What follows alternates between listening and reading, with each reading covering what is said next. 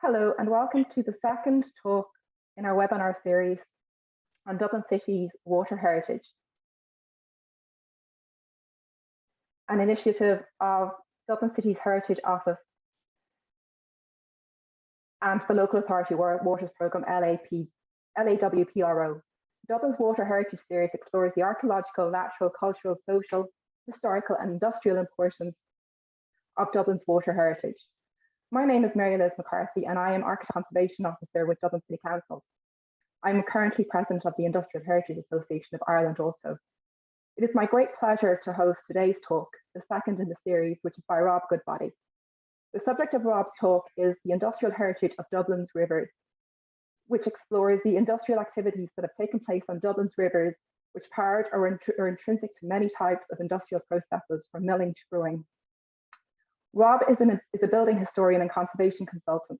He was a founding member of the Industrial Heritage Association of Ireland and is the author of a number of publications focusing on aspects of the heritage of County Dublin, including Dublin Part 3 of the Irish Historic Towns Atlas series, which covers the period from 1756, when John Roke's map of Dublin was published, to 1847.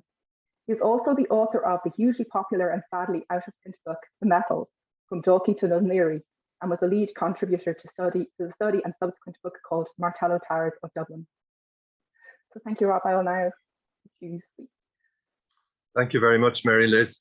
In this talk, I can only give an extremely brief introduction to what is a very substantial subject with a large number of elements of industrial heritage significance throughout the city. Though at the same time, I've taken the liberty of including the canals as well as the rivers as they form a very important part of our industrial heritage on waterways. Our waterways are probably the oldest industrial heritage and were used for transport from a very early stage. And even travel on dry land had to ford the rivers.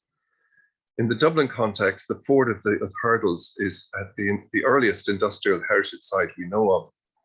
Dublin was a port from the earliest days, and this would be a critical factor in establishing the growth of the city, including the expansion following the arrival of the Vikings. One of the most important industrial constructions of the medieval period was the construction of the new water supply for the city in the 13th century. This is a major undertaking requiring the construction of a weir at Fir House and of the city watercourse from Fir House into the city, with a basin or reservoir near James's Street and a network of pipes connecting to the city. It also had a major influence on the development of industry by providing flowing water that could be used to drive water mills. This watercourse was diverted a number of times in medieval times to create the Abbey Stream, the Glib River and the Commons Water, with branches running through large parts of the southwest city, the Liberties, allowing the industrialization of that area through water power for mills and water supply for industries such as tanning and breweries. The complexities of these watercourses in the Liberties is illustrated by this diagram taken from Claire Sweeney's excellent book, The Rivers of Dublin. Many of these watercourses still run beneath the Liberties in culverts such as this one, which carries the Poddle beneath Black Pits.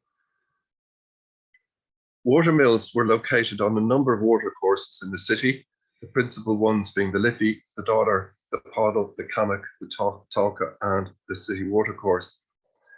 From the end of the 18th century, the two canals provided new facilities for water power, though mostly beyond the city. The Liffey was of limited use in powering mills as it is tidal through the city centre, though both Chapel Izard and Island Bridge were important locations for mills, both from an early period. The mills at Island Bridge were located next to the bridge over the Liffey and are shown in this image by Francis Place in the 1690s, where they were adjacent to the bridge on each side. In the later 18th century, industrialization began to spread to fill more of the island, including a water-powered pump to provide water to supplement the city water supply. The construction of the South Circular Road and Sarah Bridge ran through some of the early mills, as indicated by the broken lines on this image from the late 18th century. and the ancient bridge, which gave the district its name, collapsed in a flood before the new bridge could be built. In the 19th century, mills expanded over much of the island at Island Bridge, as seen in this view, which was taken in the 1990s before the construction of apartments on the site. The River Cammock within the Dublin city area was heavily industrialised. In the mid-19th century, there was a paper mill at Killeen, two woolen mills at Bluebell, a paper mill at Drimna, a paper mill at Golden Bridge, and a woolen mill and two flour mills at Kilmainham. At the beginning of the 20th century, all of these mills were still in use, though the paper mill at Golden Bridge was now a sawmill, and the mills at Kilmainham were now a laundry, a cloth mill, and a paper mill. Most of these were still in operation in the middle of the 20th century, and Kilmainham Mill, seen in this photograph, only closed quite recently, having been weaving the fabric for aircraft seats. Dublin City Council has now begun conservation work on this mill. In the mid-19th century, there were 5 mills along the River Tolka within the city area, all of them of significant size. They included an iron mill at Cardiff's Bridge, a paper mill at Finglas Bridge, a woolen mill on the Millbourne, a flour mill at Drumcondra, and a corn mill at Clonliffe. In addition, there was a vitriol works at Ballybock, and this would have used water from the Tolka. By the end of the century, much of this was gone, with just a small mill at Finglas Bridge, while the flour mills at Clonliffe had been reconstructed on a larger scale and in use as a colour printing works. In addition to this, a substantial distillery had been built on the northern bank of the river at Clonliffe. This photo, taken in 1954, shows the distillery with industrial premises on the site of the former flour mill, seen at bottom right. As we've seen, the city watercourse provided sufficient flow of water to power water mills in the Liberties area. Between the watercourse and the Poddle, significant industries grew up, including larger mills upstream from the Liberties to the south of the Grand Canal. This included 3 flour mills and a paper mill between Kimmage and Harold's Cross, one of which later became a laundry, while at Harold's Cross was the substantial Greenmount Spinning Company, seen in this photo taken in 1954, which was part of the business empire of the Pym brothers, who ran a department store in South Great George's Street. While the flow of water in the canals is generally insufficient for powering mills, the fall of water at the locks provides a ready-made power source, and the canal companies were able to lease rights to use this water to mill owners to supplement the income of the canal company. On the Royal Canal, no mills were erected until the 1840s within the city, when a mill making pins and cutting logs was erected on the 6th lock, and an iron mill at the 5th lock, both of which are at Crossguns near Phibsborough. The large mill in the photograph is the former iron mill, later a flour mill, while the pin mill is visible in the distance. The Grand Canal provided water power for just 2 mills within the city, the Mount Shannon Mills and the Harcourt Mills, both at Golden Bridge. And this map from about 1840 shows the Harcourt flour mill. There were other elements associated with industrial heritage in relation to the canals, and we'll return to these later. The Dodder was the most industrialised watercourse in the Dublin area. Along the Dodder and its tributaries through South Dublin, Dún Laoghaire-Rathdown and Dublin City, there were many mills, some dating back to medieval times. The main feature of a water mill was its water supply, involving a weir, mill races, mill pond and sluice gates, all essential for feeding water to turn the water wheel. This water system provided a constant feature over time, while the mill itself was often demolished and rebuilt or merely repurposed for a different industry. The Dodder and its tributaries provided water for flour mills and for the manufacture of paper, textiles, iron goods, brass goods, starch and other commodities, as well as the printing of fabrics and cutting of marble. The name Milltown can be traced back at least to the 13th century, though the original mill was on the other side of the river beyond the city boundary. Roke's map of County Dublin, seen here and published in 1760, shows many of the mills along the Dodder with their mill races, and the same sites remained in use for water power until water power began to be phased out in the late 19th century. This extract shows the Dodder and the mill races coloured in blue, and shows mills at Orwell Road and at Dartry. The first edition Ordnance Survey map, published in 1843, showed a substantial mill at Orwell Road. This had been established for printing calico in 1793, and the employment varied between 100 and 300. The map shows it in its final stages, just before the mill closed, and it was demolished in 1846. The mill at Dartry was later to become the Dartry Dye Works, and in this form it continued in use until the 1980s. The same company ran the Dublin Laundry, which was the only mill on the city side of the Dodder at Milltown, and which had been in use as a textile mill for much of its existence since it was built in 1760. Downstream from Milltown, a corn mill at Clonskea almost appeared in a painting by Thomas Roberts. This is it at the very right-hand side. And the painting was executed in about 1770. Incidentally, is a good view of Clonskea Bridge to the rear. The weir here at Clonskea was later raised significantly and is still present on the rear at the rear of Ashton's public house. The mill was converted to an ironworks in the 1790s and is seen in the map of the site prepared around this time. The ironworks operated well into the 20th century and was later converted to a cardboard mill for Smurfits, continuing this use until the 1990s. There were further mills downstream from Clonskea, and at Donnybrook, Ballsbridge, Lansdowne Road and Newbridge Avenue. The latter was a substantial distillery. The last of these to survive was the Johnson, Mooney and O'Brien Bakery at Ballsbridge. I'll mention water supply only briefly, though it's been an important issue through the life of the city. The medieval water supply has already been mentioned, and this remained the only piped water supply in the city until the 18th century, when water began to be pumped up from the Liffey at Island Bridge. Towards the end of that century, the Grand Canal brought reasonably fresh water to Dublin.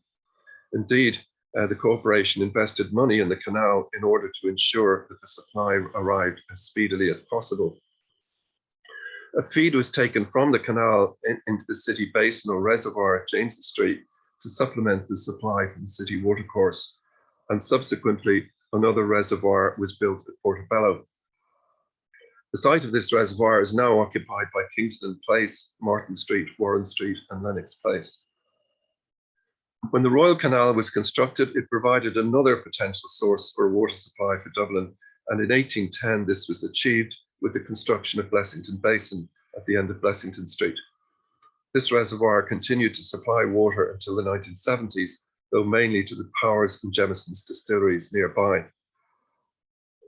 Dublin City provided itself with a new water supply from the Bartry River in the 1860s, and the townships of Rathmines and Rathgar and Pembroke constructed its own supply from Glenasmole in the 1880s. These reservoirs are outside the city, but a reminder of the Bartry supply may be seen in the substantial pipe that crosses the Grand Canal at Leeson Street.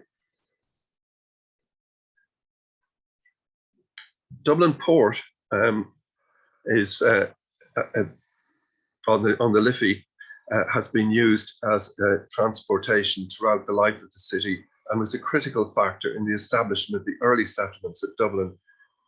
Throughout history up to the present day, Dublin Port has been a vital part of the economy of the city. Over the centuries, the goods handled in the port has increased year on year at a steady 2%, and it now handles almost half of the trade into and out of the Republic. It's fair to say that Dublin Port is by far the most important and complex element of the industrial heritage of the city. Right through to the late 18th century, the port was based where Wellington Quay is today, and this was the site of the Custom House, cranes, quays, weighing machines, and other port facilities. This view, dated 1753, gives an indication how busy the river was as far up as the old city at this time. as does Roke's map of 1756. Try to picture the view from Capel Street Bridge today and imagine 6 three-masted ships tied up alongside Wellington Quay at the Clarence Hotel, with half a dozen more boats out in the middle of the river alongside them, just as is shown in this map. Notwithstanding the location of the custom house, the enclosure of the river between quays commenced in the medieval period, accelerated in the 17th century and into the early 18th century, including Ormond Quay, Bachelor's Wharf, Frampton Quay, Aston Quay, Burr Quay, George's Quay, and City Quay. Dublin Corporation established the ballast office in the opening years of the 18th century to manage the operation of the port. And amongst the earliest projects was the construction of North Wall Quay to facilitate the reclamation of land.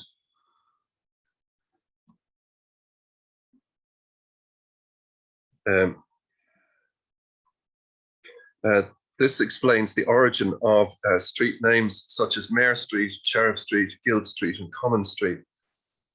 The map shows the land that was to be reclaimed, bounded by the North Strand Road to the left or west, Liffey to the south, the Talca to the north, and East Wall to the east. At the same time, the city leased a substantial area of tidal ground to the southern side of the river to Sir John Rogerson, who built the quay that bears his name to facilitate the reclamation of all the land now surrounded by Sir John Rogerson's Quay, Creighton Street, Sandwich Street, Grand Canal Street, and the Dodder. This is depicted on Brooking's map of 1728, shown here, shortly after the enclosure was complete, though only a small area of land had been reclaimed at that time. The ballast office undertook a major project in the 18th century to protect the southern side of the channel leading into and out of the Liffey. This was in the form of a series of large stakes driven into the sands, and this became known as the piles. This was followed by a more permanent barrier constructed as a massive stone wall, which we know today as the Great South Wall, leading out into the bay to the Poolbeg Lighthouse. What we see today is only a fraction of the original wall, most of which is now buried beneath reclaimed land. And while it's in its original form, it ran for more than 5 kilometres from the mouth of the Dodder to Poolbeg. Only the eastern end of that is now visible. For a considerable period, this was the longest sea wall in the world. In the early 1790s, a harbour was constructed at the angle of the Great South Wall, known as Pigeon House Harbour. This served initially as the terminus for the mail packet boats connecting to Holyhead until the completion of Howth Harbour 25 years later. In the political turmoil of the 1790s, a barracks was established at the harbour, and this was in use for a century until 1897. The map shows it as it was in 1865. With the construction of the present Custom House, completed in 1791, the port moved downstream from the old city, i.e. eastward, and has moved significantly further downstream over the generations since then. Various contemporary artworks show the industrialization of this part of the port in the late 18th century and early 19th century. This was the period when the first docks were constructed, beginning with Custom House Dock, now filled in, and followed by George's Dock a little later. These docks and the associated stores are seen in this bird's eye view dating from 1847, as is the wall that enclosed the docks to the rear. In the later 19th century, a major project was brought into the docks to construct Alexander Basin, utilizing huge precast concrete sections lowered into place by purpose-built barge and utilizing the diving bell that is now on display on the quays. The diving bell may be seen in the model shown in the top right photograph, which displays how it was used, and the scale of the diving bell in that model shows the size of the barge that was used. The lower photograph shows a larger barge with one of the 350-ton concrete blocks suspended from it at the right-hand end. The 20th century brought further land reclamation on both sides of the Liffey to bring the port to its present size. This plan of the port in the mid-19th century shows the location of the new Alexandra Basin, and the subsequent plan shows the reclamation of land to the east of the Alexandra Basin in the opening years of the 20th century. And the third plan shows the land that was reclaimed to the northeast, the north of East Wall Road, adjacent to the Talca estuary. And of course, further reclamation and further development has occurred since that time. The entrance to the port of Dublin was completed in the 1820s with the construction of the North Bull Wall, seen here at the right with its lighthouse at the end. Folk memory in Dublin has it that this was proposed by Captain Bligh of Bounty fame. However, this is erroneous. While he prepared the first truly scientific survey of Dublin Bay in 1800, his proposal for the northern side of the channel into the port was quite different and was never implemented.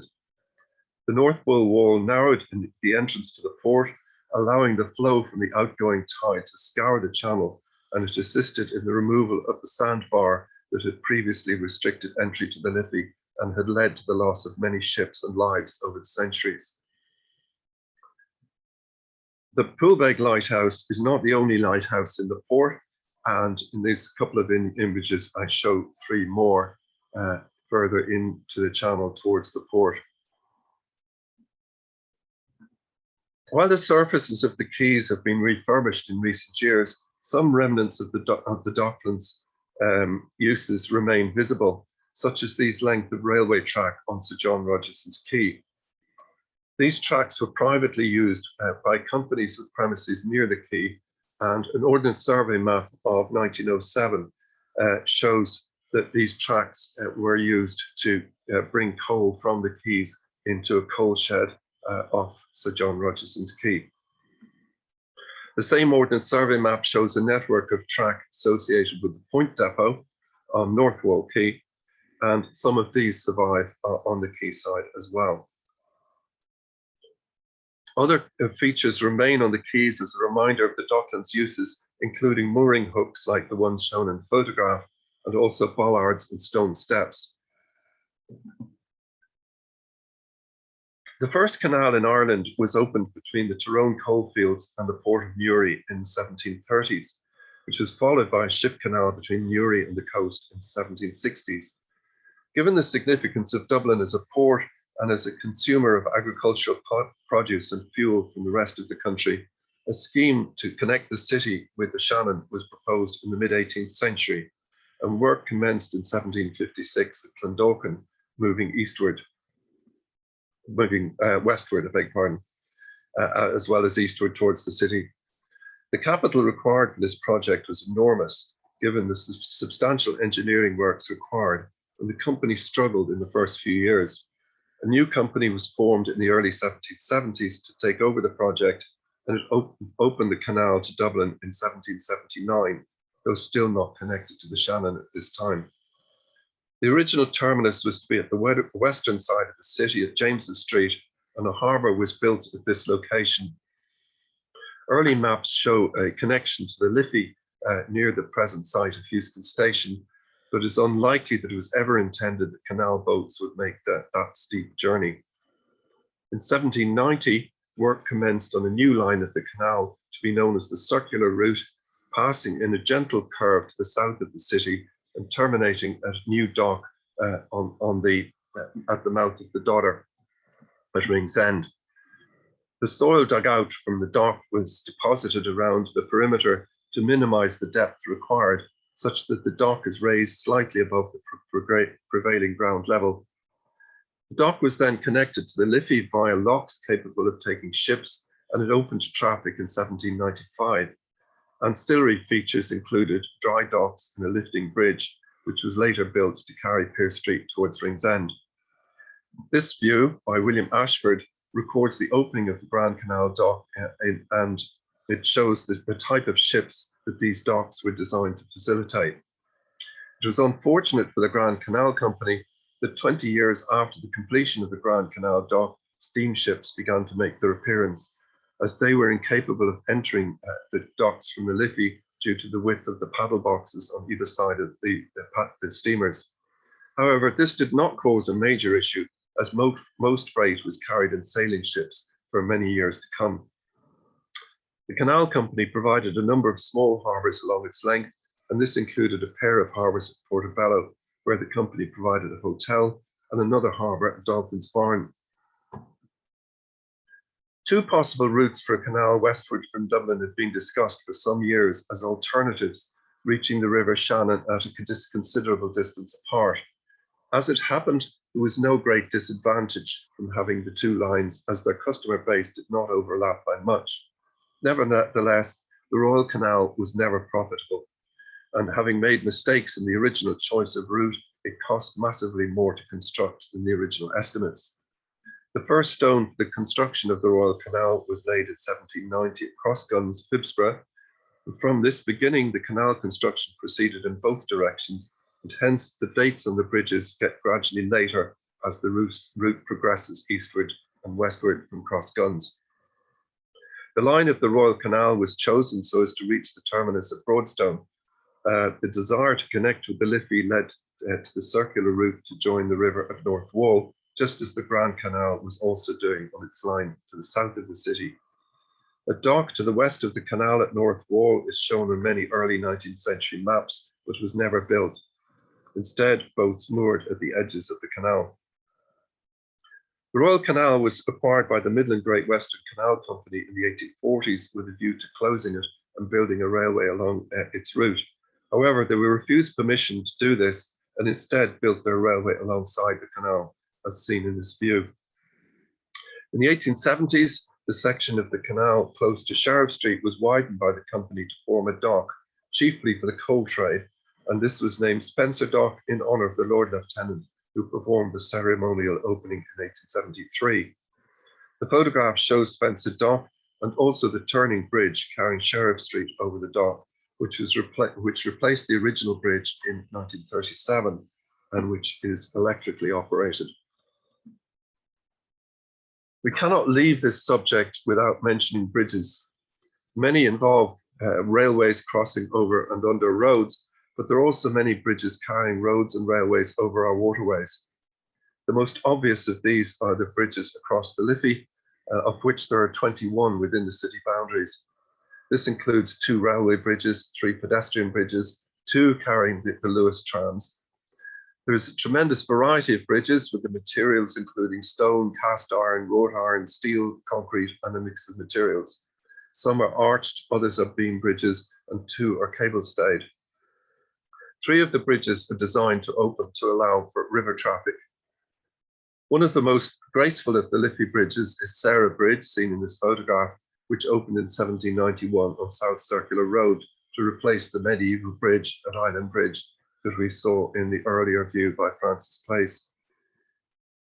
A cast iron bridge near Euston Station was fabricated in the 1820s locally in the Phoenix Ironworks, which was just 20 metres from the bridge.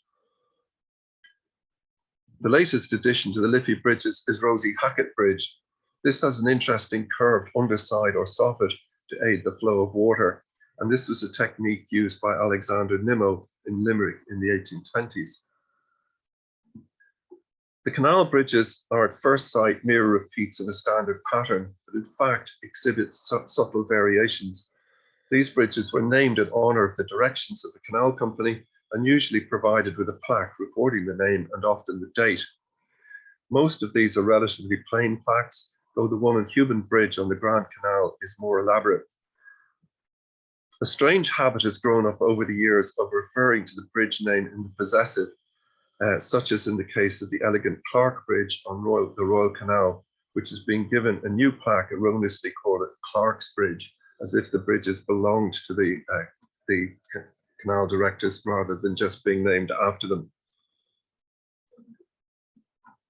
Newcomen Bridge, also on the Royal Canal, has 2 pedestrian arches flanking the canal arch, and unusually these are Gothic pointed segmental arches, whereas most of them are either elliptical or segmental.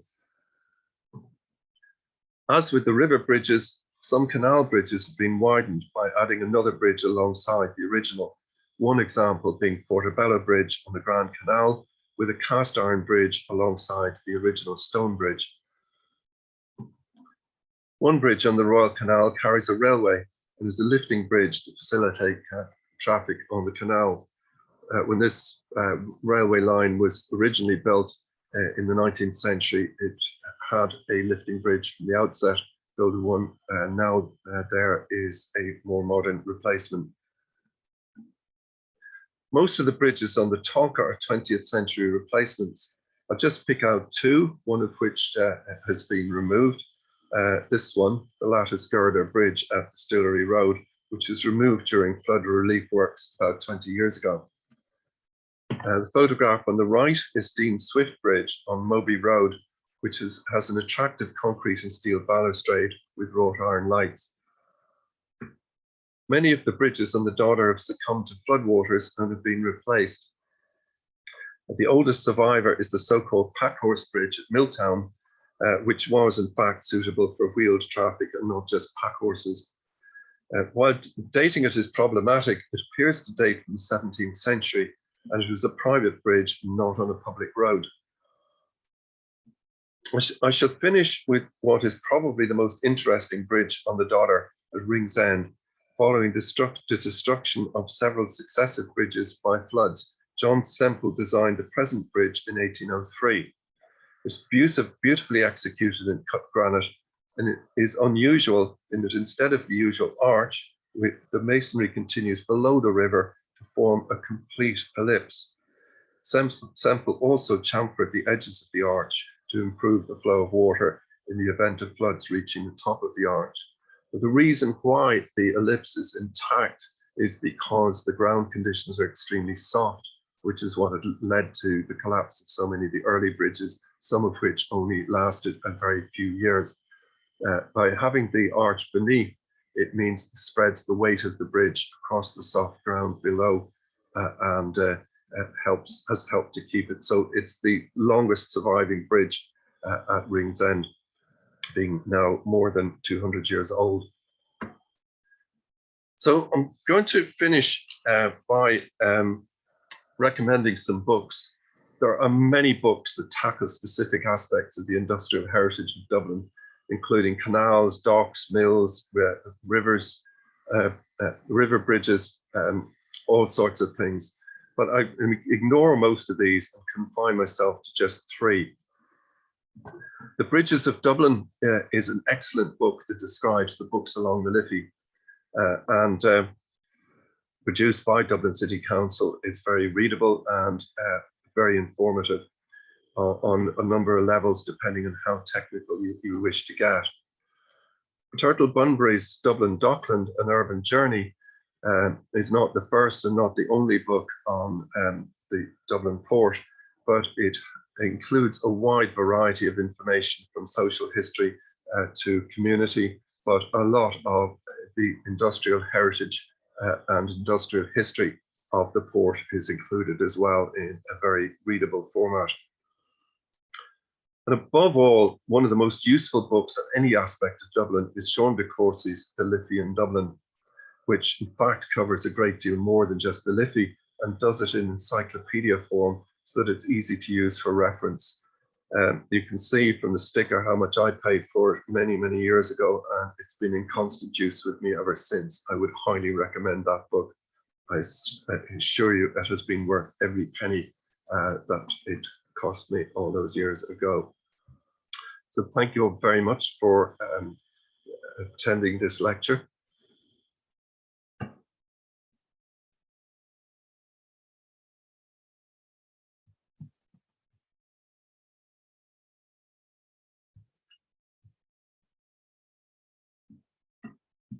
Thank you, Rob.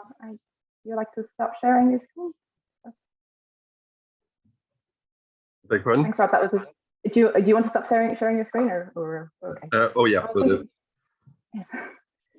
Thank you. Thank you very much. That was a very interesting talk. It was a very good, thorough overview of the survival of our water-related heritage sites across the city. I mean, it always strikes me how much of what we take for granted as part of the infrastructure of the city has such a long history, stretching back so many years. I wonder if you have any thoughts on, how important our heritage, our industrial heritage and our water related heritage is to our understanding of our city and its evolution.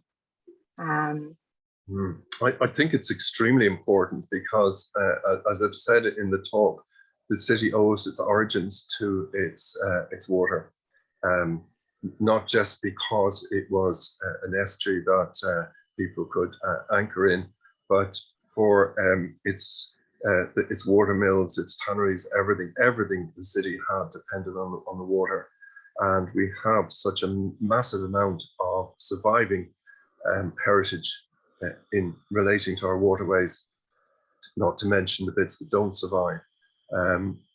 Unless we actually understand all of that and how it happened, we cannot understand the history of our city.